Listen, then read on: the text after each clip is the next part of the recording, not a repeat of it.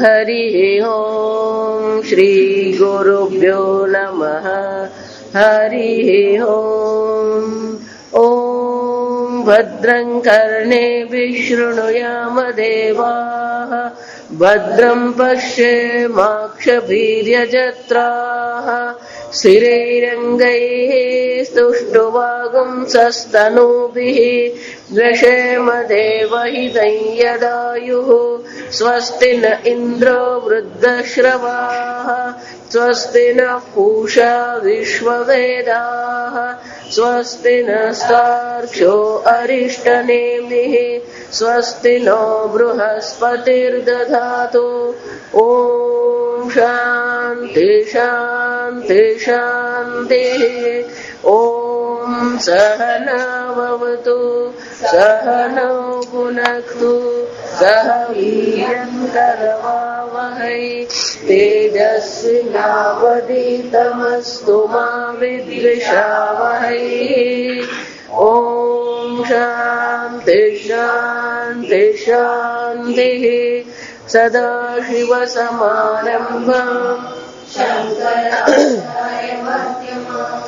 अस्मदाचार्यपर्यन्ताम् वन्दे गुरुपरम्पराम् श्रुतिस्मृतिपुराणानाम् आलयम् करुणालयम् नमामि भगवत्पादम् शङ्करम् लोकशङ्करम् शङ्करम् शङ्कराचार्यम् केशवम् बादरायणम् सूत्रभाष्यकृतौ वन्दे भगवन्तौ पुनः पुनः ईश्वरो गुरुरात्मेति मूर्तिभेदविभागिने व्योमवद्व्याप्तदेहाय दक्षिणामूर्तये नमः निधये सर्वविद्यानां विशजे भवरोगिणां गुरवे सर्वलोकानां दक्षिणामूर्तये नमः ॐ नमः प्रणवार्थाय शुद्धज्ञानैकमूर्तये निर्मलाय प्रशान्ताय दक्षिणामूर्तये नमः।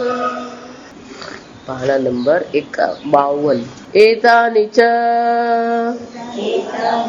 शब्दस्पर्शरूप रसगन्ध उत्तरोत्तरगुणानि पूर्वपूर्वगुणसहितानि एतस्मादेव जायन्ते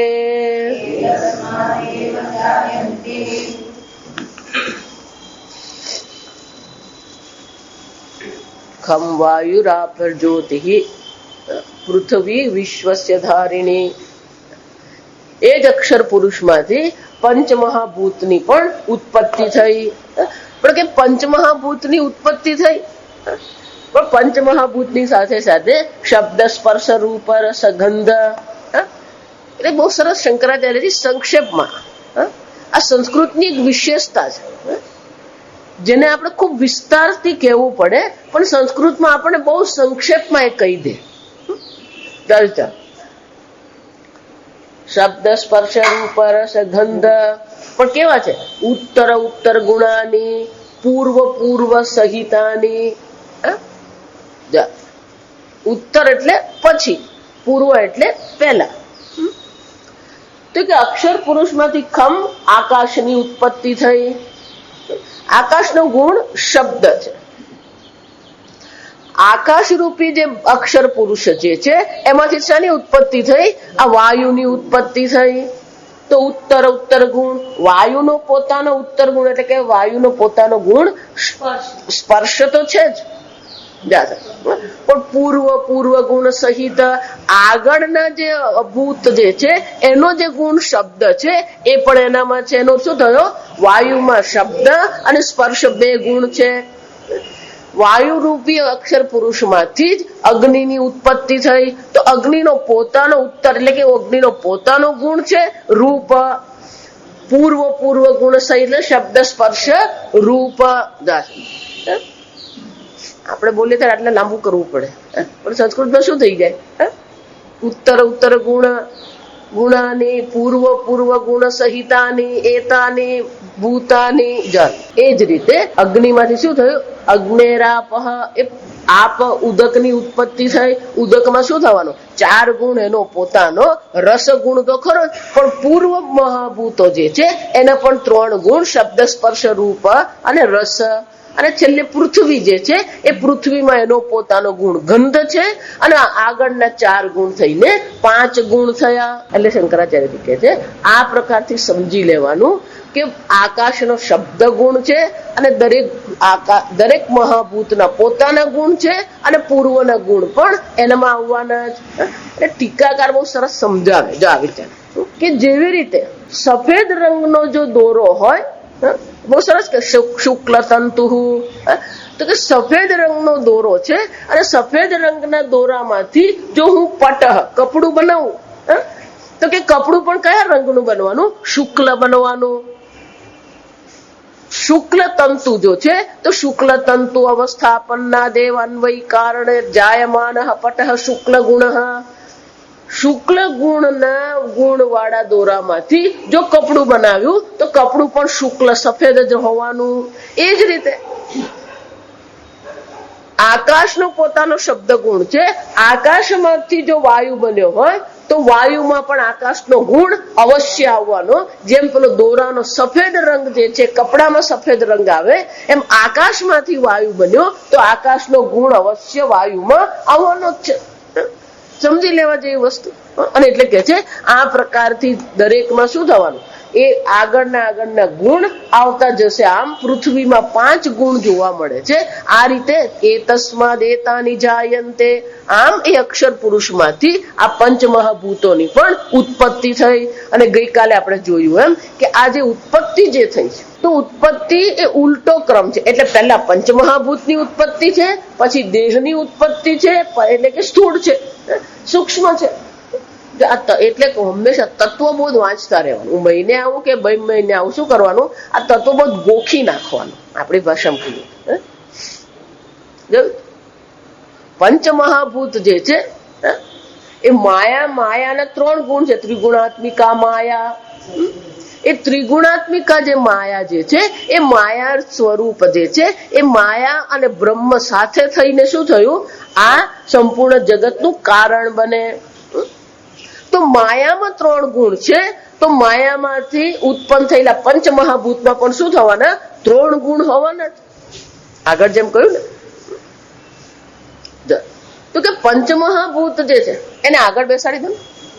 એને કઈ આગળ બેસજો, અહીંયા આગળ આવી જા, બેસ જાય ગયા. સરસ. ચાલ, તો માયાના 3 ગુણ છે, સત્વ, રજ અને તમ. તો પંચમહાભૂતમાં પણ શું થવાના? આ 3 ગુણ આવવાના જ છે. અને એટલે તત્વબોધમાં સરસ સમજાવે કે આકાશનો જે સત્વ ગુણ જે છે, સાત્વિક જે આકાશ જે છે, એ સાત્વિક આકાશમાંથી મન, બુદ્ધિ અને જ્ઞાનેન્દ્રિયની ઉત્પત્તિ થઈ. રાજસિક જે આકાશ જે છે, આમ દરેકના પોતાના શું થવાના? સત્વમાં જે છે એમાંથી જ્ઞાન શક્તિની ઉત્પત્તિ થઈ. રજસ છે એમાંથી પ્રાણ શક્તિની ઉત્પત્તિ થઈ, એટલે કે 5 પ્રાણ અને 5 કર્મેન્દ્રિયની ઉત્પત્તિ થઈ. અને જે સ્થૂળ પંચમહાભૂત જે છે એમાંથી આ સ્થૂળ શરીરની ઉત્પત્તિ થઈ. આમ સાત્વિકમાંથી જ્ઞાનેન્દ્રિય અને અંતઃકરણની ઉત્પત્તિ, રાજસિક માંથી 5 પ્રાણ અને 5 કર્મેન્દ્રિયની ઉત્પત્તિ, અને સ્થૂળ પંચમહાભૂત જે તામસિક જેને કહેવામાં આવે, એ તામસિક સ્થૂળ પંચમહાભૂતમાંથી આ સ્થૂળ શરીરની ઉત્પત્તિ થઈ. આમ અહીંયા શ્રુતિમાં આપણને કહે છે કે આ પ્રકારથી એ તસ્માત જાયતે અક્ષર પુરુષમાંથી આ બધી વસ્તુની ઉત્પત્તિ થઈ. પણ માંથી એવું કહેવામાં આવ્યું, એટલે ખરેખર કોઈ નવી ઉત્પત્તિ થતી નથી, ફક્ત નામ અને રૂપ જ છે. વિચાર એનો અર્થ શું થયો? જો વૈજ્ઞાનિકો પણ કહે છે, આ સમજો, ખરેખર આ જગતમાં ઉત્પત્તિ થાય છે ખરી? ભૌતિક શાસ્ત્રીઓની દ્રષ્ટિએ વિચારીએ કે રસાયણ શાસ્ત્રની દ્રષ્ટિએ વિચારીએ તો ઉત્પત્તિ નથી. જો વિચારજો, ફક્ત પરિવર્તન છે. ક્યાં તો એ શક્તિ સ્વરૂપે છે અને ક્યાં તો એ પદાર્થ સ્વરૂપે છે. એટલા માટે આઈન્સ્ટાઈન આપણને જે સમીકરણ આપી ગયા E=mc², એનો શું થયો? જેટલું અહીંયા ઉત્પત્તિ જે છે, અણુ પરમાણુમાં કોઈ પ્રકારનો ઉમેરો નથી. આ સમજો, ફક્ત શું થાય છે? પરિવર્તન છે. અને શક્તિ પણ નવી ઉત્પન્ન જ થતી. વિદ્યુત શક્તિ જે છે એ ગતિ શક્તિમાં પરિવર્તિત થાય છે, અને એટલા માટે પંખો છે એ જ ગતિ શક્તિ જે છે એ ઉષ્મા શક્તિમાં પરિવર્તિત થઈ જાય છે. જો વિચારી, ધારો કે પેલો ડેમ બનાવવામાં આવે તો પેલું પાણી ત્યાં ભેગું કરી દીધું છે. એ જ પાણીને શું કરવામાં આવે? જયારે નીચે વહેવડાવવામાં આવે એને ડાયનેમિક કહેવામાં આવે. તો એની જે ગતિ શક્તિ જે છે એ ગતિ શક્તિ કોને પકડાય છે? પેલા ટર્બાઇનમાં જાય અને ટર્બાઇનને એ ફેરવે છે. તો ટર્બાઇનમાં જે ગતિ શક્તિ છે શામાં પરિવર્તિત થાય? વિદ્યુત શક્તિમાં પરિવર્તિત થાય. જો વિચાર, તો નવી શક્તિ ઉત્પન્ન થઈ નહીં, કોઈ નવું ઉત્પન્ન નથી. એ જ રીતે શાસ્ત્ર પણ શું કહે છે? નવું કઈ ઉત્પન્ન થયું નથી, ફક્ત નામ અને રૂપ ઉત્પન્ન થયા. પણ કે ખરેખર નામ અને રૂપ ઉત્પન્ન થયા? જો આપણે આગળ જોઈએ કે ખરેખર સૃષ્ટિ ઉત્પન્ન થઈ એવું બતાવવા માટે આ ચર્ચા નથી, પણ એ અક્ષર પુરુષમાં અધ્યારોપિત થયેલી છે આ સૃષ્ટિ. કારણ કે એમાંથી ઉત્પન્ન થઈ એમ જયારે કહેવામાં આવે તો ફક્ત નામ અને રૂપની ઉત્પત્તિ છે, નામ અને રૂપનો ઉમેરો થતો જાય છે. આ ગલગોટો એમ કહીએ ત્યારે ગલગોટો શું થયો? નામ અને રૂપ. આ જાસૂદનું પુષ્પ એમ કહીએ તો નામ અને રૂપ. આ પુષ્પ એમ કહીએ તો એ શું છે? નામ અને રૂપ. આ ગુલાબ છે એમ જયારે કહીએ તો ગુલાબ નામ અને રૂપ થયું. પછી આ પાંદડી છે એમ કહે તો પાંદડી પણ શું થઈ ગયું? નામ અને રૂપ. પુકેસર એમ કહીએ તો નવું નામ અને રૂપ. આ વજ્ર એમ કહીએ તો નામ અને રૂપ. આ દાંડી એમ કહીએ તો શું છે? નામ અને રૂપ. જો વિચાર,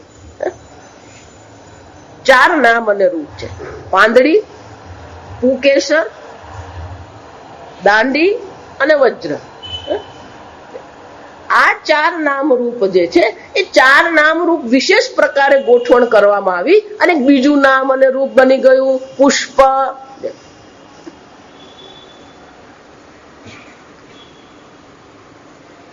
આ પાંદડીને પુષ્પ કહેવાય? આ દાંડીને પુષ્પ કહેવાય? આ વજ્રને પુષ્પ કહેવાય? નહીં. તો દાંડી પુષ્પ નથી, વજ્ર પુષ્પ નથી, પાંદડી પુષ્પ નથી, પુકેસર પુષ્પ નથી, અને આ બધાને ગોઠવ્યું એટલે પુષ્પ બની ગયું. આ જાદુ કેવાય કે નહીં? સમજાય? અને પછી આપણે એમ કહીએ આ પુષ્પ સત્ય છે. આ સત્ય છે? નામ રૂપ માત્ર છે. જો વિચારો, અને નામ અને રૂપ અહીંયા છે જ નહીં. નામ રૂપ ક્યાં છે? વાચારમ વણમ વિકારો નામ, એ તમારી વાણી પર છે. તમારા વાણીમાં નામ અને રૂપ છે. બહાર શોધવા જાવ તો પુષ્પ છે.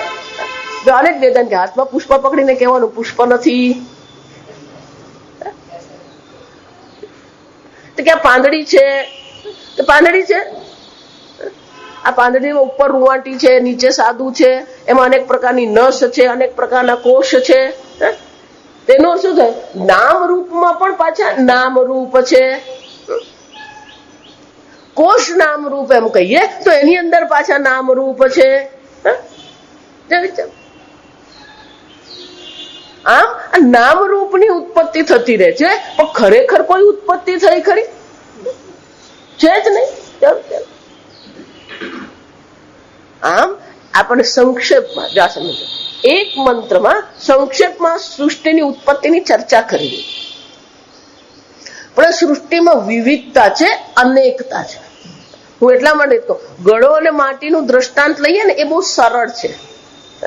બીજું, જ્યારે તમે ઘડો જુઓ છો ત્યારે પેલા માટીના દર્શન થાય છે. જ્યારે તમે એમ કહો કે પાણીમાંથી તરંગની ઉત્પત્તિ થઈ, તો તરંગ જ્યારે તમે જુઓ છો ત્યારે પાણીના દર્શન થાય છે. ઘરેણા જ્યારે જુઓ છો તો ઘરેણાની સાથે સાથે કોના દર્શન થાય છે? સોનાના દર્શન થાય.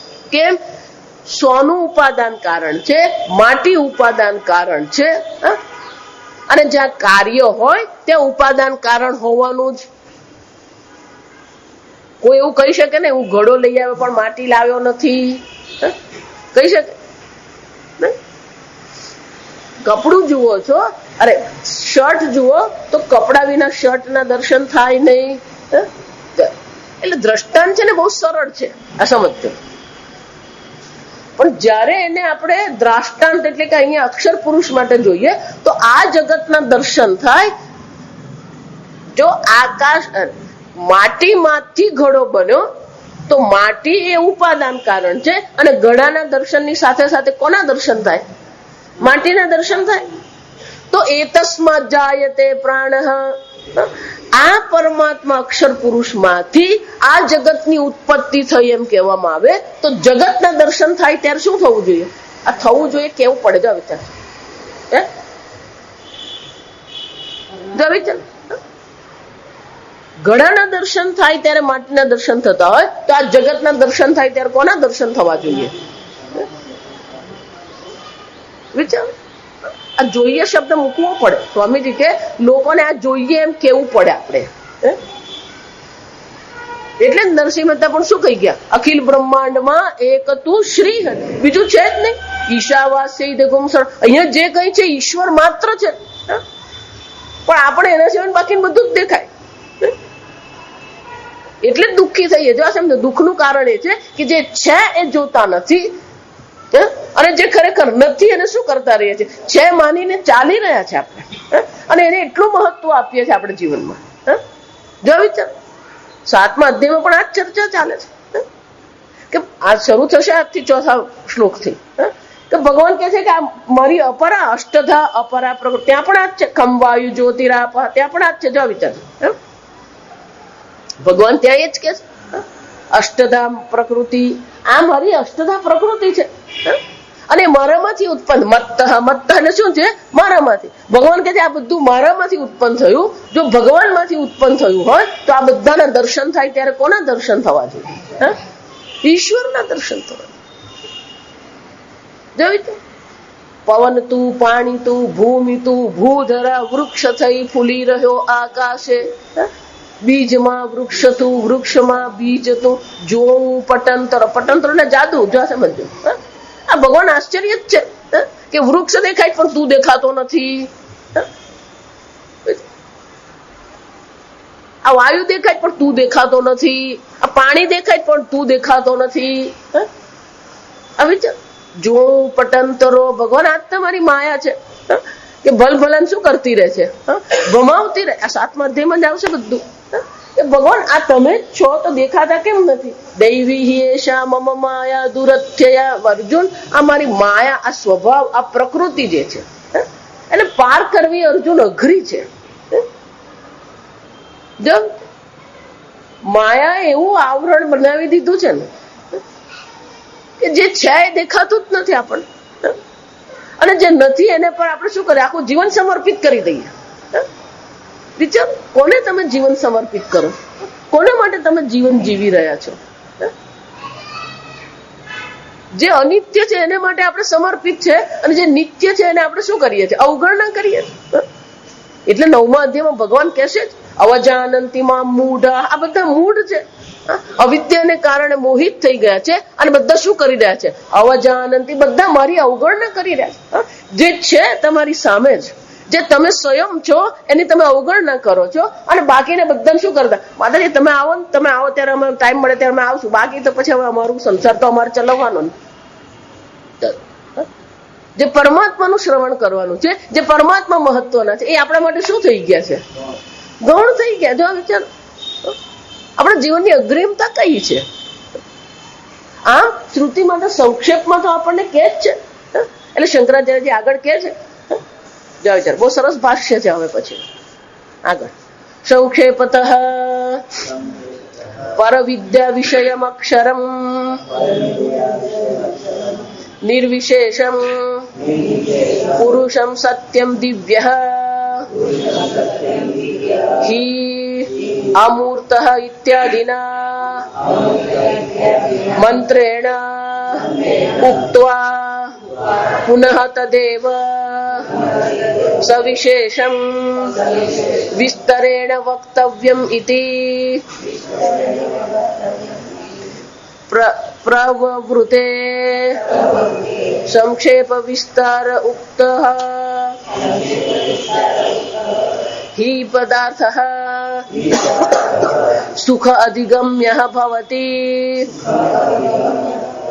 सूत्रभाष्य उक्तिवत् इति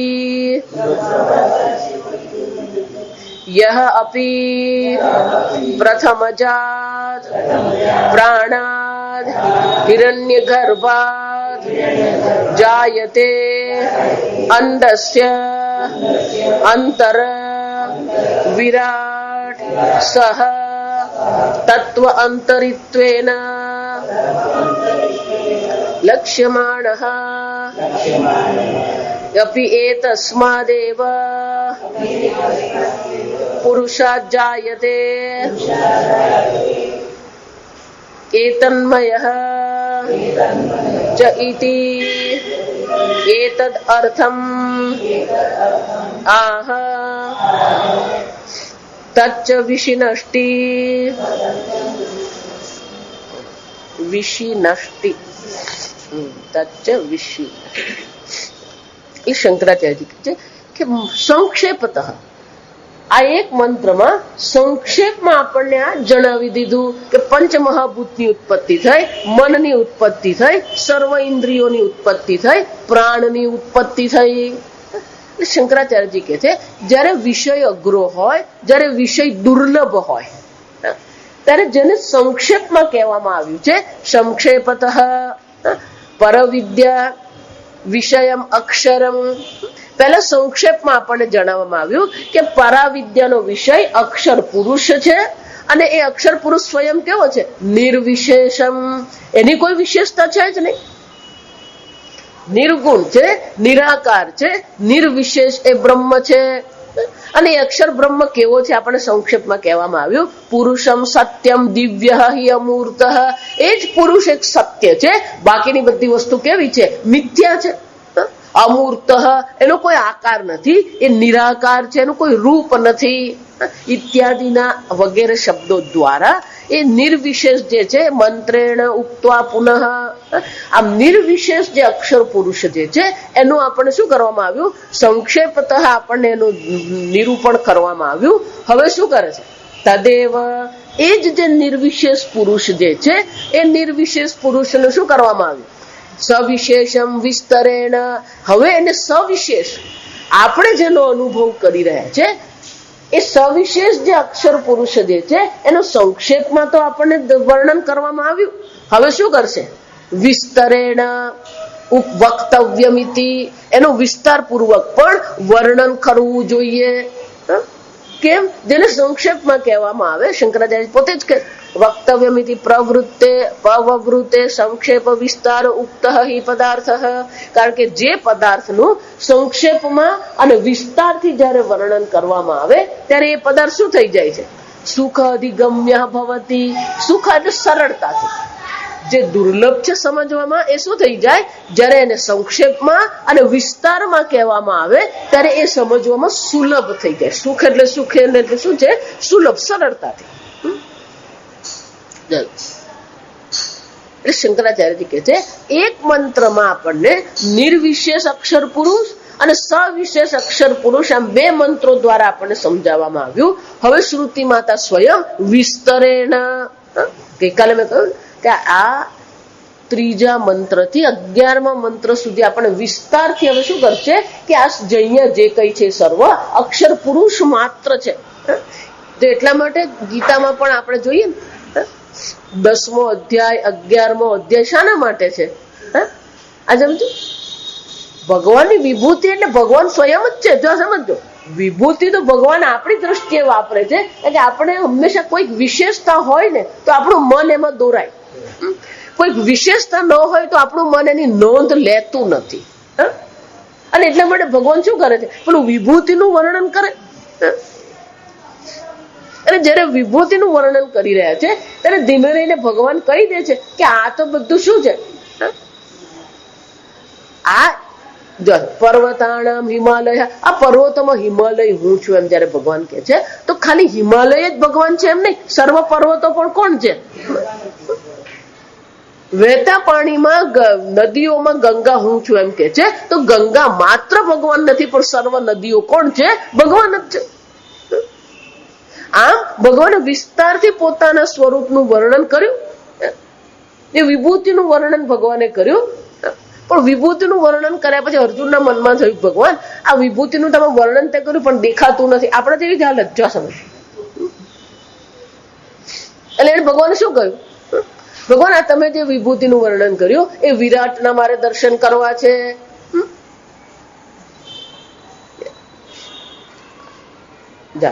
અર્જુનને મોકો મળ્યો છે ને ભગવાનને મોકો મળ્યો છે. આ સમજો, ભગવદ ગીતા એટલે બે જણાને મોકો મળી ગયો. આટલા વર્ષથી ભગવાને રાહ જોતા હતા કે અર્જુન ક્યારે પૂછે કે મને તત્વજ્ઞાન જોઈએ છે. જો આ વિચાર ગઈકાલે જે કહ્યું ને મનુષ્યાણામ સહજ, કોકને ઈચ્છા થાય ને ઈચ્છા કરવા વાળો કોઈ પ્રયત્ન કરે અને પ્રયત્ન કરવા વાળામાં કોકને સિદ્ધિ મળે અને કોક એવા સિદ્ધ જે છે એમાંથી કોકને આ તત્વજ્ઞાન થાય. જો આ વિચાર એટલે ભગવાનને ખબર કે આ દુર્લભ છે એટલે ભગવાને રાત જોઈને બેઠા હતા કે અર્જુન ક્યારે પૂછે ને હું બોલું. જો એટલે જ્યાં અર્જુને પૂછ્યું ને એટલે ભગવાને બાપુ આમ શરૂ કરી જ દીધું. અશોચ્યાનંદ શોચ પહેલો જ પેલો લાફો મારી દીધો. જે શોક કરવા યોગ્ય નથી એને માટે તું શોક કરી રહ્યો છે જ નહીં. તું કોના માટે શોક કરે? જો માટી પોતાને ઘડો માનતી હોય અને ઘડો ફૂટે તો માટી રડે, પણ જયારે જાણે છે કે હું ઘડો નથી તો રડવાનું કોને માટે? છતાં આપણે શું કરતા ફરીએ? પેલી પેન ખોવાઈ જાય ને તોય રડીએ. જો વિચાર, અને મોટા થયા પછી રડતા આવડે નહીં ને એટલે પછી પેલો ગુસ્સો કરે. પેન માટે શાના માટે આપણે માથાકૂટ કરતા હોય? શાના માટે આપણે મગજ ગુમાવીએ છીએ? વાતે વાતે ગુસ્સો કરો ને વાતે વાતે રિસાઈ જવો ને વાતે શાના માટે છે જ નહીં. જો વિચારો, ભગવાન એટલે જ કે દુઃખનું કારણ છે જ નહીં. જો ભગવદ ગીતાનો મુખ્ય સંદેશો આ છે કે આ જગતમાં દુઃખ નામની વસ્તુ છે જ નહીં. સમજો, અશોચ્યાનંદ શોચસ્ત, શોક કરવા યોગ્ય આ જગતમાં કોઈ વસ્તુ છે જ નહીં. અને એટલે ભગવાન શું કહે છે? પંડિતા ન અનુશોચંતી. કોને માટે શોક કરવાનો? કોને માટે રડવાનું? વિચાર છે જ નહીં. આ સમજો, પેલા તો તમે છે કોણ પછી એને આપણે વિચારીએ. એટલે જ મેં કહ્યું ખરેખર કઈ ઉત્પત્તિ થઈ, ખરેખર ઉમેરો થયો. સોનામાંથી 1000 હાર બનાવવામાં આવે, સોનામાં ઉમેરો થયો ખરો? કોઈ ઉમેરો નથી. વિચાર, કોઈ ઉમેરો ખરેખર ઉમેરો છે જ નહીં. કઈ ગુમાવવાનું પણ નથી, કઈ મેળવવાનું પણ નથી. ભગવાન પણ રાત જોઈને બેઠા છે કે અર્જુન પૂછે ને હું બોલું. અવિનાશી તો તદ્વિદ્ધિ યેન સર્વમિદમ તદ. આ આત્મા કેવો છે? અવિનાશી. કોણ એને મારવા વાળો છે? નૈનમ, તોય ન સમજાય એટલે ભગવાન શું કહે છે? નૈનમ ચિંદંતિ શસ્ત્રાણી નૈનમ દહતી પાવક. આ 4 મહાભૂતો જે છે એ પણ એનો નાશ કરી શકે એમ નથી. તો આ પણ પ્રથમ મંદ ન્યાય છે. 4 મહાભૂતો જો નાશ ન કરી શકે તો બીજું તો કોણ નાશ કરવાનું? એનો વાયુ, અગ્નિ, જળ, પૃથ્વી કોઈ નાશ કરી શકે એમ નથી. શસ્ત્ર, અસ્ત્ર શસ્ત્ર એટલે કોણ છે? આ પૃથ્વી છે. વાયુ, અગ્નિ, જળ. વિજ્ઞાન ખૂબ આગળ વધી ગયું છે, પણ હજી આ 4 મહાભૂતો પર કોઈ પ્રકારનું નિયંત્રણ આપણું નથી. આ સમજો. અત્યારે જે જગતમાં બધે જે પૂર આવી રહ્યા છે ને, અને અમેરિકામાં ઓસ્ટ્રેલિયામાં જે આગ લાગી રહી છે, શું કરી શકે છે? અમેરિકામાં 4000 એકર જંગલ બળી ગયો. શું કરી શક્યા? કઈ જ નહીં. જો વિચાર, આ પંચમહાભૂતની શક્તિ છે. ભગવાન કે છે આવા મહાન પંચમહાભૂત જે છે વિનાશકારી છે. હમણાં ચીનમાં પૂર આવ્યું ને, તો પાણી એવું વહેતું હતું કે બધી ગાડીઓ પણ શું થતી, આ પેલા રમકડાની ગાડીઓ ને વહેતી હતી બધી ગાડી. પેલા કઈ નહીં કરી શકે. પેલો એક એપાર્ટમેન્ટ માંથી પેલો વિડીયો લેતો હતો, આ બધી ગાડીઓ વહેતી હતી એમ. અને ગાડીઓ વહેતી હતી ને સામે પેલું 3 માળનું મકાન હતું. એ પેલા 3 માળના મકાનમાં અચાનક જ પેલો એક માણસ બહાર બાલ્કનીમાં નીકળ્યો. હજી નીકળ્યો અને દાદર ઉતરે ને એટલે 1 સેકન્ડમાં તો આખું કકડભૂસ થઈ ગયું મકાન. વિચાર, અને પાણી વહી ગયું. પાણીની પણ એક તાકાત છે, આ સમજો. એ પાણીની તાકાત સામે આપણી કેટલી તાકાત, અગ્નિની સામે આપણી કેટલી તાકાત. અને એક વંટોળ આવે તો બધું શું કરી નાખે. અમેરિકામાં જે વંટોળ આવે ને એને ટોર્નેડો કહેવામાં આવે. જા સમજ, ચક્રવાત કહીએ આપણે એને. એ એટલો જોરમાં ફરતો હોય, ફરે જ નહીં પણ આખી એમ ટનલ બનાવી દે. ઉપર વાદળથી તે પૃથ્વી નીચે સુધીની શું હોય, આખી મોટી ટનલ હોય. અને મોટું એટલે અડધા માઇલનું ને 1 માઇલનું મોટું આખું ચક્કર હોય. અને ઘૂમતું ઘૂમતું જે ફરે ને એ કઈ દિશામાં ક્યારે જાય કોઈ ખબર જ નહીં. અને જ્યાંથી પણ એ પસાર થાય ને ત્યાં 500 ટનની પણ ટ્રક હોય ને આખી ઉંચકીને હવામાં ફેંકે. વિચાર. એટલે એ જ્યાંથી પસાર થાય ને એ આખો પટ્ટો જ દેખાય આપણને નાશ થયેલો. આ વાયુની તાકાત. ભગવાન કે છે આવા મહાન પંચમહાભૂતો જે છે, જે વિનાશકારી જે છે, એ પણ શું છે, આત્માનો નાશ કરી શકે એમ છે જ નહીં. નૈનમ છિંદંતી શસ્ત્રાણી નૈનમ દહતી પાવકઃ ન ચૈનમ ક્લેદયંતી આપઃ ન શોષયતિ મારુતઃ અચ્છેદ્યોયમ દાખ્યોયમ. તો પછી શાના માટે શોક કરવાનો? ના ભગવાન આત્મા માટે શોક નહીં કરીએ, પણ અમારો શરીર ગડ્ડું થઈ ગયું તો થવાનું જ છે. દેહિનોસ્મિન યથા દેહે કૌમારમ યૌવનમ. જરા તૈયારી કરવાની, કોઈ તૈયારી કરતું જ નથી. આ તકલીફ ત્યાં જ છે. બધાના પ્લાનિંગ 60 વર્ષ સુધીના છે. મૂર્ખતા આને કહેવાય. દરેક વ્યક્તિ જે પ્લાનિંગ કરે ફક્ત 60 વર્ષ સુધીનું પ્લાનિંગ છે. 61મે વર્ષે શું કરવું ને ખબર જ નથી. એટલે પછી આખા ઘરમાં પછી પંચાયત ચાલુ થઈ જાય અને વહુ ને દીકરા સાથે ઝઘડા ચાલુ થઈ જાય. આજે રીંગણનું શાક કેમ બનાવે, પણ આખી જિંદગી ખાધું હવે રીંગણનું, એક દાડો ખાય કે ન ખાય શું ફરક પડવાનો. ઘરમાં મારા માસી હતા ને બહુ સરસ કહેતા. આ ગામડામાં છે ને પેલા બધી કહેવતો બહુ વ્યવહારિક હતી. એ મારા માસી હતા ને તે મને હંમેશા કહેતા, દીકરી આવે ત્યાં સુધી પહેરી લેવાનું ને વહુ આવે ત્યાં સુધી ખાઈ લેવાનું.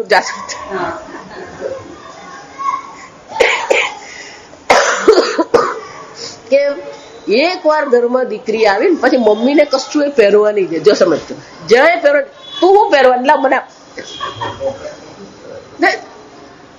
નવું ઘરેણું કે નવી સાડી આવે પણ તોય દીકરી તરત શું કરવાની.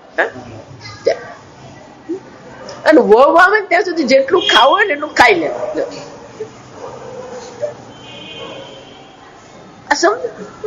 એટલે પેલો 61 વર્ષ તો થાય ને પછી પાછો શું કરે, અરે માતાજી હું તો બોલ્ટ પર બેસવા જાઉં છું. અરે પણ તું હવે આ બોલ્ટમાં, બોલ્ટ એટલે તો ખબર ને નહીં ખબર. જે દુકાનમાં બેસીને શેર બજારનું કામ ચાલે ને દુકાનને બોલ્ટ કહેવાય. જાય આપણો 61 વર્ષે ક્યાં જાય, બોલ્ટ પર બેસવા જાય. પછી શેર ને શું છે આગળ પાછળ કરતો રહે.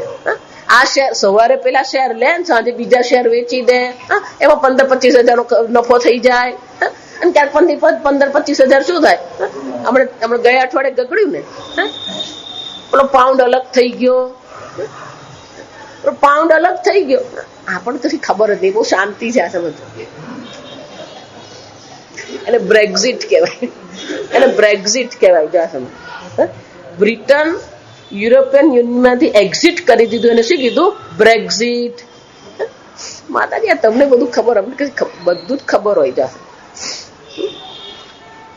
બ્રેક્ઝિટ ત્યાં થયું અને આપણો 740 નો ધડાકો થયો, કડાકો થયો.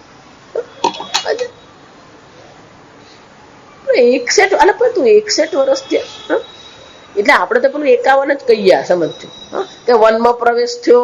એક ભાઈ મને કે માતાજી વનમાંથી નીકળી ગયો, કેમ 60 નો થયો.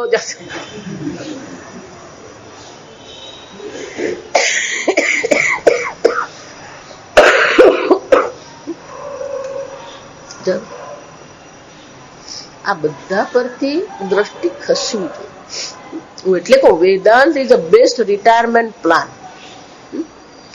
એક વાર બાળકો ઘરની જવાબદારી લઈ લે ને છૂટી જ જવાનું. પછી શું કરવાનું, આ વેદાંત છે. આપણે આપણો સમય કાઢી જ લેવો. એને વાનપ્રસ્થ જીવન કહે. ઘરમાં જ રહેવાનું, બાળકો સાથે જ રહેવાનું, પણ આપણો પોતાનો સમય રાખવાનો. પણ એ આપણો સમય રાખવો હોય ને તો પહેલા આપણે આપણું ટાઈમ ટેબલ બનાવવું પડે. એકવાર આપણું ટાઈમ ટેબલ હોય ને એટલે એ લોકોને ખબર જ હોય. એટલે ધારો કે આપણે આળસ કરી તો મમ્મી 7 વાગે ગયા તાર પ્રવચનમાં જવાનું છે, જાશે. ખબર હોય કે રોજ મમ્મી 7 વાગે જાય છે એટલે એ જ સામેથી શું કરે આપણને. પણ આપણે જ 8 વાગે ઉઠતા હોય પણ એ લોકોને શું પડેલી હોય આપણી. એટલે મેં કીધું આપણી અગ્રિમતા આપણે નક્કી કરવી પડે. તત્વજ્ઞાનાદેવ કૈવલ્યમ, શંકરાચાર્યજી કહે છે આ તત્વજ્ઞાનથી જ આપણો ઉદ્ધાર છે, તત્વજ્ઞાનથી જ આપણું કલ્યાણ છે. પણ એ તત્વજ્ઞાન દુર્લભ છે, અઘરું છે, પણ એને જ સરળ બનાવવા માટે શ્રુતિ માતા શું કરી રહ્યા છે? સુખ અધિગમ્ય, સરળતાથી આપણે એને સમજી શકીએ. અને એટલા માટે શું કરે છે? સંક્ષેપ વિસ્તરેણ ઉક્ત. સંક્ષેપમાં કહેવામાં આવે, વિસ્તારથી જયારે કોઈ પણ પદાર્થ વિશે આપણને કહેવામાં આવે ત્યારે એ કેવું બની જાય છે? સુખ અધિગમ્ય ભવતી, સરળતાથી આપણી સમજમાં આવી જાય એવું એ બની જતું હોય છે. કેમ? સૂત્ર ભાષ્ય ઉક્તિવત, કે આ શાસ્ત્ર જે છે, આપણે સંપૂર્ણ શાસ્ત્ર જે છે એ 2 પ્રકારથી છે. સૂત્ર, જો વ્યાકરણમાં પણ બધા સૂત્ર છે. પાણીની સૂત્ર શું? પાણીની મુનિએ 4000 સૂત્ર લખી દીધા છે. એ સૂત્ર જે છે એ સૂત્ર પર પછી ભાષ્ય લખવામાં આવે, ટીકા લખવામાં આવે, જેથી આપણે એને સમજી શકીએ. આ મંત્રો જે છે એ પણ સૂત્ર જેવા જ છે. એ તસ્માત જાયતે પ્રાણ. આ જયારે આપણે વાંચીએ મંત્ર અને અનુવાદ વાંચીએ તો શું ખ્યાલ આવે આપણને? એના પર ભાષ્ય લખ્યું છે, એ ભાષ્ય પર ટીકા લખી છે તો આપણે સમજી શકીએ. અને એટલે શંકરાચાર્યજી કહે છે સૂત્ર અને ભાષ્ય સમાન આ પ્રકારથી જ એને સમજાવવું. કોઈ પણ પદાર્થને સમજાવવા માટે આ 2 પદ્ધતિ કરવામાં આવે, સંક્ષેપ પદ્ધતિ અને ભાષ્ય પદ્ધતિ. અને એટલે શંકરાચાર્યજી કહે છે શ્રુતિ માતા પણ એ જ પદ્ધતિ અપનાવીને આપણને સંક્ષેપમાં સવિશેષ અક્ષર પુરુષનું કહેવામાં આવ્યું. હવે વિસ્તારપૂર્વક આપણને કહે છે, પણ એ વિસ્તારપૂર્વક કહેવા માટે શું છે? યહ અપી પ્રથમજાત પ્રાણાદ હિરણ્ય ગર્ભાત જાયતે અંડસ્ય અંતર્નિહિત. હવે સમજો, તમારું આ સ્થૂળ શરીર છે. પ્રાણ, મન, બુદ્ધિ અને ઇન્દ્રિય એ તમારું સૂક્ષ્મ શરીર છે. અને અવિદ્યા દેવી બેઠી છે. એ અવિદ્યા જે છે એ કારણ શરીર છે. કારણ એટલે કે જેનામાંથી ઉત્પન્ન થયું. સ્થૂળ અને સૂક્ષ્મ શરીરનું કારણ હોવાથી એને શું કહેવામાં આવે? કારણ શરીર. તો જેમ અહીંયા તમારા 3 શરીર છે, સ્થૂળ, સૂક્ષ્મ અને કારણ. એટલે શાસ્ત્રમાં વ્યષ્ટિ કહીએ, આપણે ગુજરાતીમાં પિંડ કહીએ. અને નિયમ છે યથા પિંડે તથા બ્રહ્માંડે. જો અહીંયા આ વ્યષ્ટિ જે છે, પિંડ છે, વ્યક્તિગત. વ્યષ્ટિ એટલે વ્યક્તિગત છે. તો એ જ રીતે વ્યષ્ટિ છે તો શું થવાનું? સમષ્ટિ પણ હોવાનું જ. તો અહીંયા જેમાં સ્થૂળ શરીર છે એને વિશ્વ કહેવામાં આવે. શ્રુતિ માતા માંડુક્ય ભણીશું ત્યારે આપણે જોઈશું, માંડુક્ય ઉપનિષદમાં એને નામ આપવામાં આવે છે. વ્યષ્ટિ સ્થૂળ શરીર છે ને વિશ્વ કહેવામાં આવે. સમષ્ટિ સ્થૂળ શરીર છે ને વિરાટ કહેવામાં આવે. સમષ્ટિ એટલે આ સંપૂર્ણ જે બ્રહ્માંડ જેનો આપણે અનુભવ કરી રહ્યા છે એ ભગવાનનું વિરાટ શરીર છે. એટલે જ વિરાટ પુરુષ કહીએ ને આપણે. આપણું જે સૂક્ષ્મ શરીર છે ને તૈજસ કહેવામાં આવે. વ્યક્તિગત જે સૂક્ષ્મ શરીર છે એને તૈજસ કહેવામાં આવે. સમષ્ટિ જે સૂક્ષ્મ શરીર છે એને હિરણ્ય ગર્ભ કહેવામાં આવે. અહીંયા જે કારણ શરીર છે એને પ્રાજ્ઞ કહેવામાં આવે. આપણું જે કારણ શરીર છે એને પ્રાજ્ઞ કહેવામાં આવે. સમષ્ટિ જે કારણ શરીર છે એને ઈશ્વર કહેવામાં આવે. એટલે 6 થયું: વિશ્વ અને વિરાટ, તૈજસ અને હિરણ્ય ગર્ભ, પ્રાજ્ઞ અને ઈશ્વર. એટલે જ્યારે આગળના મંત્રમાં એમ કહેવામાં આવ્યું એતસ્માત જાયતે પ્રાણઃ, તો ત્યાં વ્યષ્ટિ અને સમષ્ટિ બંને જ લઈ લેવાના છે. દાસમતમાં વ્યષ્ટિ અને સમષ્ટિ બંને જ છે ત્યાં. મન એમ કહીએ તો વ્યષ્ટિ મન તૈજસ પણ છે, સમષ્ટિ મન હિરણ્ય ગર્ભ પણ છે. અને એટલા માટે આ વ્યષ્ટિ અને સમષ્ટિ, તો વ્યષ્ટિની દ્રષ્ટિએ તો આપણે જોયું કે આ પ્રાણ છે, ઇન્દ્રિય છે, મન છે, પંચમહાભૂત છે, આ બધું શામાંથી ઉત્પન્ન થયું? અક્ષર પુરુષમાંથી ઉત્પન્ન થયું.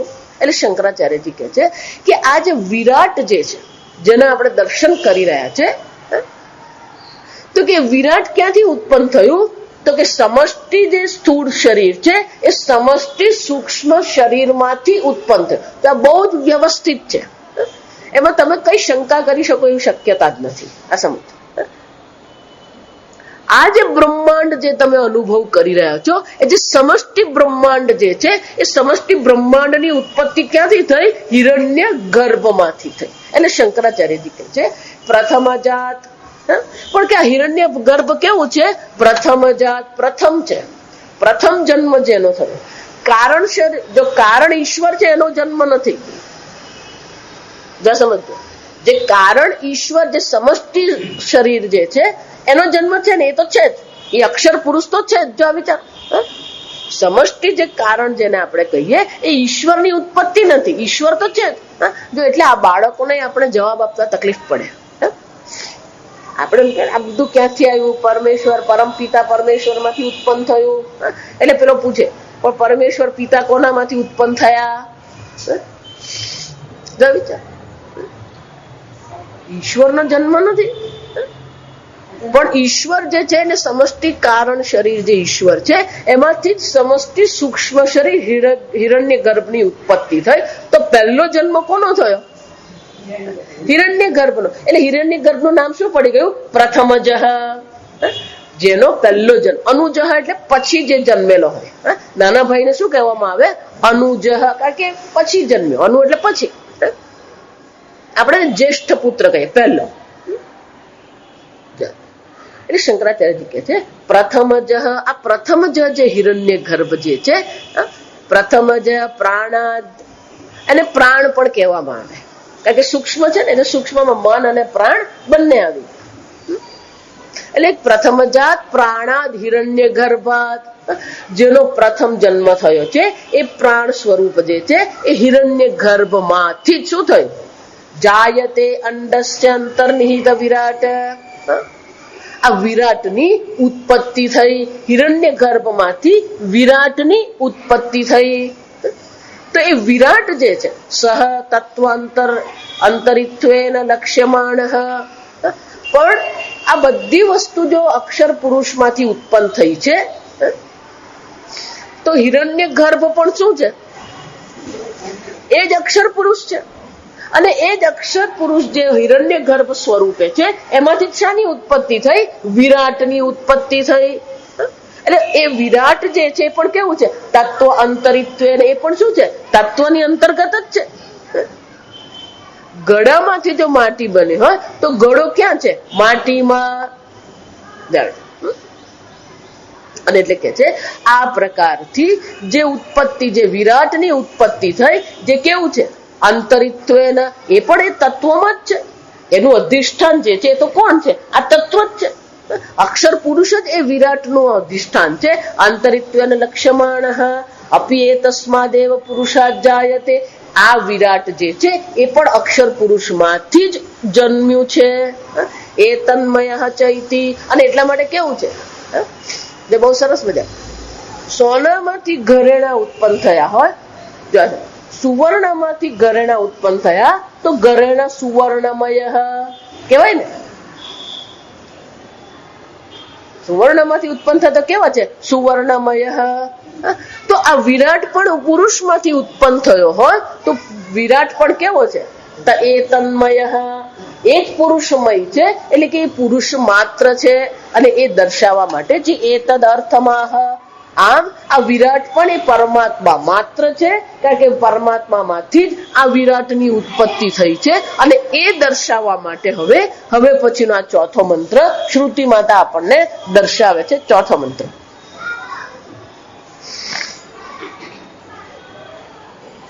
અગ્નિર્મૂર્ધા ચક્ષુષી ચંદ્ર સૂર્યો અગ્નિર્મૂર્ધા ચક્ષુષી ચંદ્ર સૂર્યો દિશશ્રોત્રે વાગ્વિવૃતાશ્ચ વેદાઃ દિશશ્રોત્રે વાગ્વિવૃતાશ્ચ વેદાઃ વાયુઃ પ્રાણો હૃદયં વિશ્વમસ્ય વાયુઃ પ્રાણો હૃદયં વિશ્વમસ્ય પદ્ભ્યામ પૃથ્વી ह्येष સર્વભૂતાંતરાત્મા પદ્ભ્યામ પૃથ્વી ह्येष સર્વભૂતાંતરાત્મા.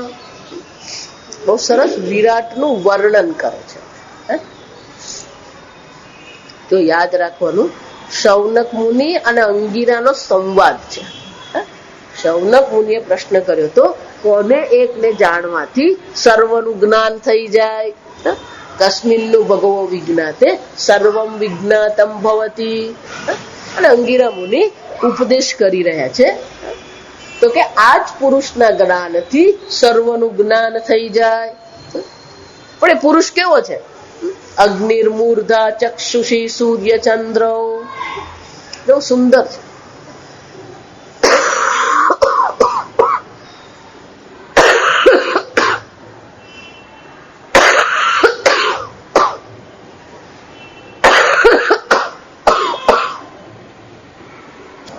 ભાષ્ય. અગ્નિ દ્યુલોકઃ દ્યુલોકઃ અસૌ વાવલોકઃ ગૌતમ અગ્નિ ઇતિ શ્રુતેઃ મૂર્ધા યસ્ય ઉત્તમાંગઃ શિરઃ ચક્ષુષી ચંદ્રશ્ચ સૂર્યશ્ચ ઇતિ ચંદ્ર સૂર્યો યસ્ય ઇતિ સર્વત્ર અનુસંગઃ કર્તવ્યઃ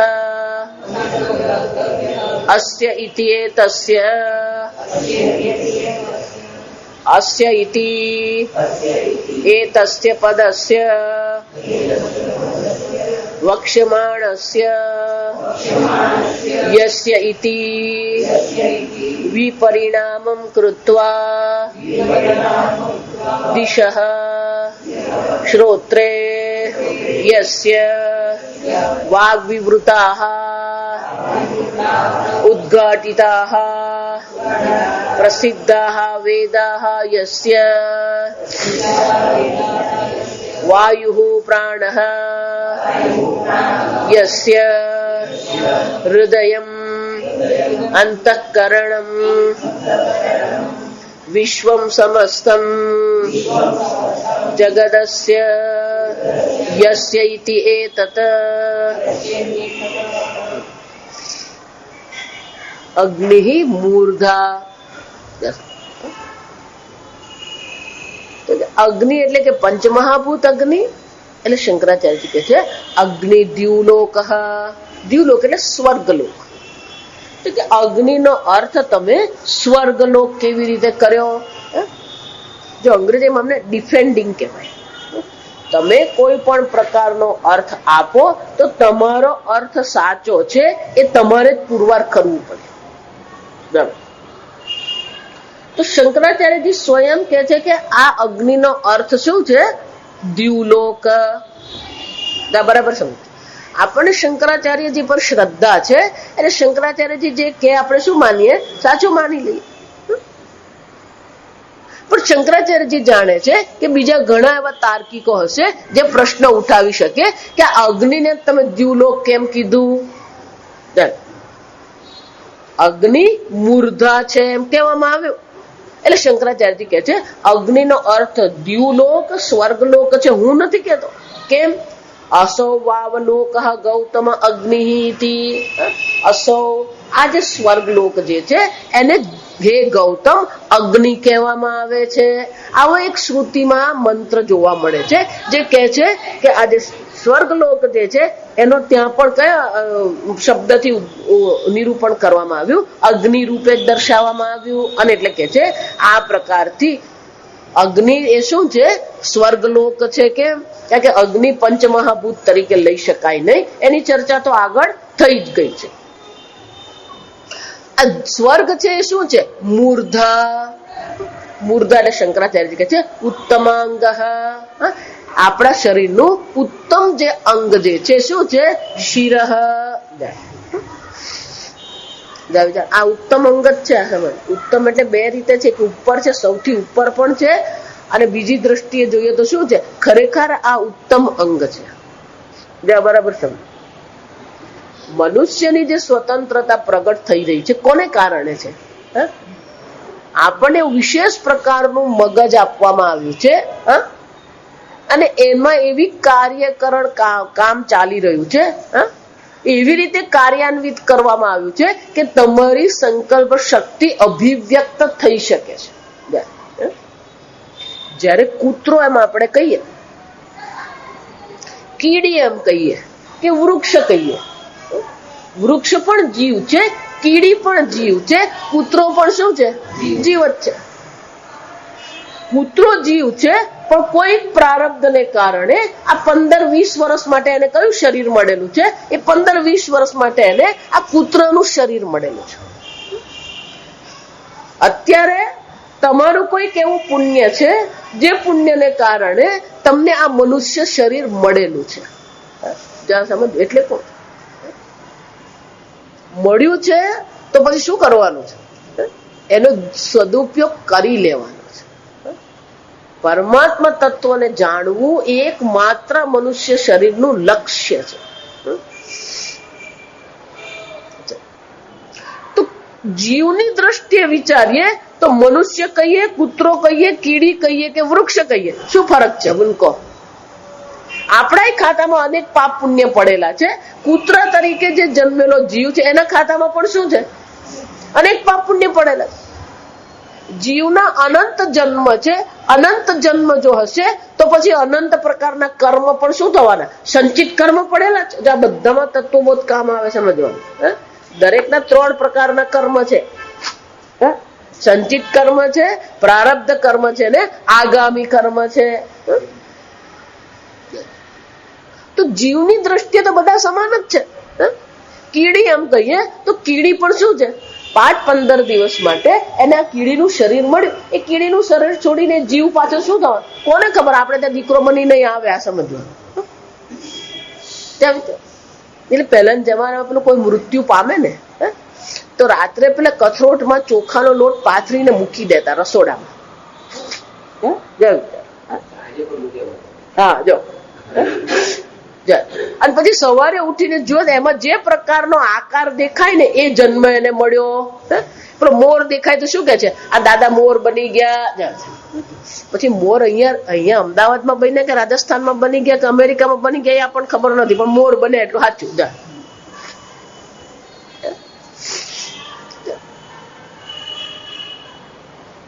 જીવની દ્રષ્ટિએ તો બધાના જ પાપ પુણ્ય ભેગા છે. સંચિત કર્મની દ્રષ્ટિએ તો બધા સરખા જ છે. કોઈ ફરક મળે જ નહીં. પણ જે વિશેષતા છે કોની છે? આ મનુષ્ય શરીરની છે. એટલે શંકરાચાર્યજી કહે છે કે મનુષ્ય શરીર મળવું જ દુર્લભ છે. અને મનુષ્ય શરીર મળ્યા પછી મોક્ષની ઈચ્છા થવી દુર્લભ છે. મોક્ષની ઈચ્છા થયા પછી તત્વજ્ઞાનની ઈચ્છા એટલે કે જિજ્ઞાસા થવી પણ શું છે? દુર્લભ જ છે. અને જિજ્ઞાસા થયા પછી પણ શ્રવણ કર્યા પછી આત્મચિંતન કરવું દુર્લભ જ છે. ગઈકાલે આપણે જોઈ ગયા બધું. આપણે જોઈ લેવાનું આપણે કયા સ્ટેજ પર છીએ. તો મનુષ્ય શરીરની એક વિશેષતા છે ઉત્તમાંગ. આ ઉત્તમ અંગ એને કહેવામાં આવ્યું. કેમ? કારણ કે આ મગજમાં ભગવાને એવા પ્રકારની રચના કરી છે જેને કારણે આપણા અંતઃકરણની પૂર્ણ અભિવ્યક્તિ છે. ત્યાં સમજવા ઇન્દ્રિયોની પૂર્ણ અભિવ્યક્તિ નથી. કારણ કે આપણા કરતા અન્ય પ્રાણીઓની ઇન્દ્રિયો વધારે વિકસિત છે. આપણે જેટલી ગંધ પારખી શકીએ છીએ એના કરતા 10,000 ગણી ગંધ પારખવાની શક્તિ પેલા કૂતરામાં છે.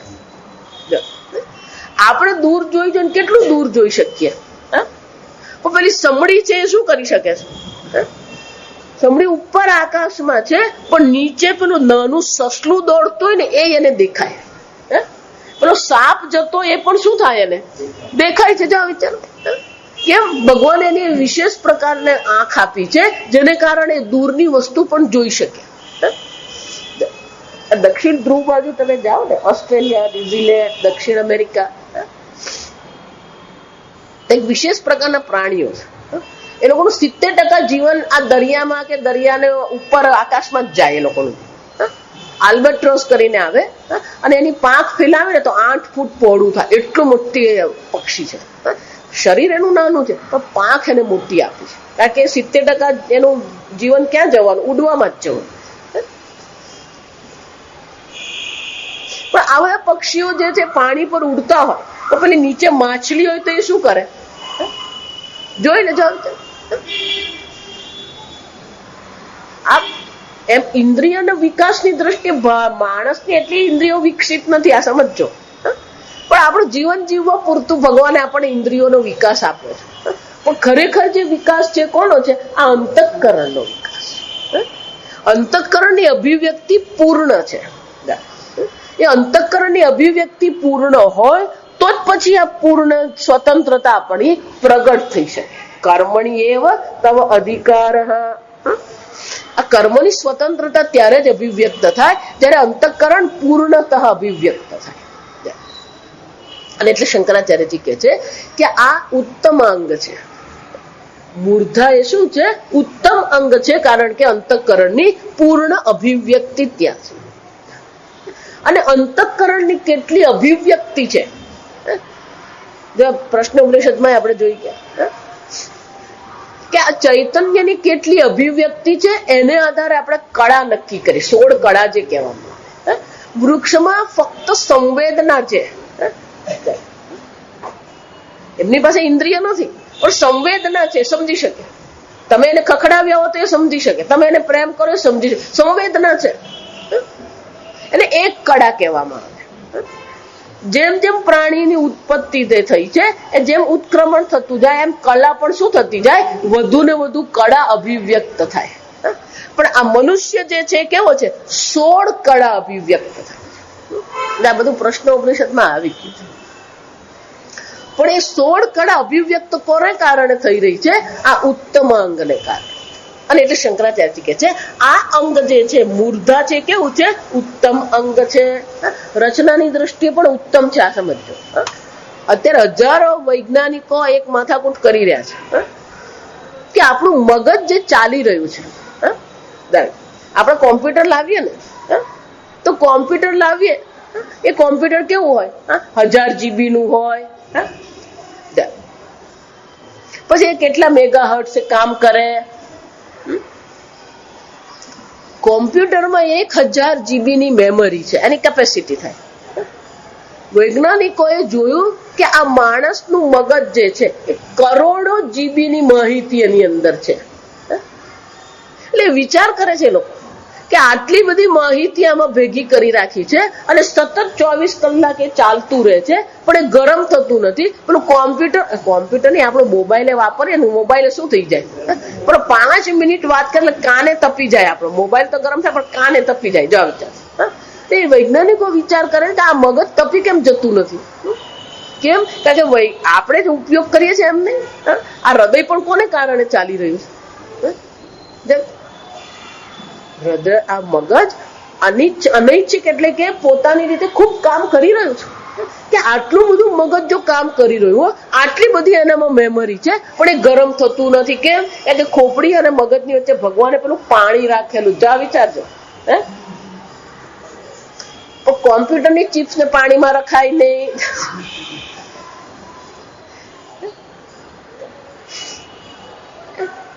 એટલે જ કહું ને, આ મનુષ્ય શરીર એ ઈશ્વરની સર્જન શક્તિ જે છે ને, શ્રેષ્ઠ સર્જન શક્તિ. આશ્ચર્ય છે. એટલે શંકરાચાર્ય શું કહે છે? મૂર્ધા ઉત્તમાંગ. આ મૂર્ધા એ શું છે? ઉત્તમ અંગ છે. શિરઃ એ કોણ છે? આ વિરાટ પુરુષ જે છે એ વિરાટ પુરુષનું મસ્તક કોણ છે? આ સ્વર્ગલોક છે. સૂર્ય ચક્ષુષી સૂર્ય ચંદ્ર, ચંદ્ર સૂર્યો. આ સૂર્ય અને ચંદ્ર ભગવાનની આંખ છે એનો અર્થ શું થયો? આ ભારતમાં હમણાં આપણા સીસીટીવી કેમેરા આવ્યા. આપણે તો કઈ જરૂર હતી જ નહીં. સીસીટીવી કેમેરા જે ભારતમાં આવ્યા પછી સીસીટીવી કેમેરા વાળો પેલો એડવર્ટાઇઝમેન્ટ કરે. એ પહેલી એડવર્ટાઇઝમેન્ટ એની બહુ મજાની હતી. એનો સ્લોગન હતો ઉપર વાલા સબ દેખ રહા હૈ. પેલું હોસ્ટેલમાં રેગિંગ કરતા હોય એ પેલું એક જુએ કે થાંભલા પર પેલો મૂકેલો એટલે શું કે છે ઉપર વાલા સબ દેખ રહા હૈ. પછી પેલી આયાને રાખી હોય તો આયા છોકરાને ખવડાવે બધે પોતે જ ખાતી હોય એટલે પેલું ઘરમાં સીસીટીવી કેમેરા મૂકેલા હોય એટલે પછી શું કે ઉપર વાલા સબ દેખ રહા હૈ. સૂર્ય ને ચંદ્ર જો ભગવાનની આંખ હોય ઉપર વાલા સબ દેખ રહા હૈ.